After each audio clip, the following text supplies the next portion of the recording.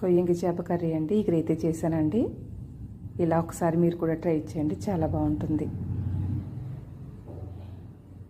కూర ఎప్పుడు సరే ఇగురు దగ్గరగా ఉడికితే చాలా టేస్ట్ ఉంటుంది అన్నమాట.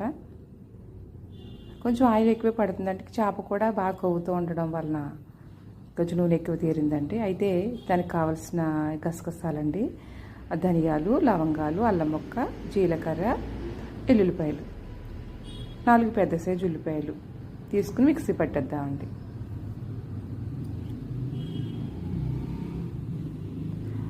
అయితే 2 కరివేపాకు రెమ్మలు, 2 పచ్చిమిరపకాయలు కూడా రెడీ చేసుకుందామండి. మిక్స్ అయితే పట్టిన పేస్ట్ అండి అది. అయితే తగినంత కారం, పసుపు, కారం, సాల్ట్ అంటే మన రుచికి తగ్గట్టు వేసుకోండి. ఒక చేప అయితే తీసుకున్నామండి, శుభ్రం చేసి పక్కన పెట్టుకున్నానండి. ఒక చేప అండి ఇది. గిన్నెలో ఆయిల్ పోసుకుని మనం కరివేపాకు, పచ్చిమిరపకాయలు అయితే వేయిద్దామండి.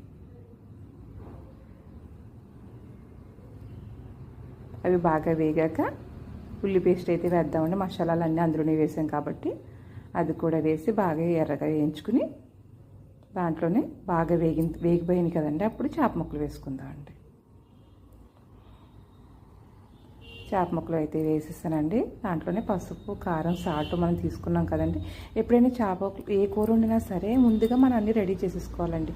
అందులో తీసేద్దాం, ఇందులో తీసేద్దాం అంటే మనకి గబుక్కును మాడిపోవచ్చు. అలా కాకుండా రెడీ చేసుకుని ఉప్పు, పసుపు, కారం అయితే వేసండి. తగినంత నీళ్ళు వేసి అంటే ముక్క ముగిలిగే వరకు నీళ్ళు వేసి బాగా ఉడికించండి. కూర అయితే ఇగురైతే దగ్గరికి ఉడికితే చాలా బాగుంటుందండి. ఈ చేప అయితే కొంచెం కొవ్వు ఎక్కువగా ఉండడం వల్ల కొంచెం ఆయిల్ అయితే ఎక్కువ తీరిందండి. చూసారా, కొవ్వుగా ఉండడం వల్ల అండి. ఇలా మనం దగ్గరగా వండుకున్నట్టయితే కూర అయితే సూపర్ ఉంటుంది.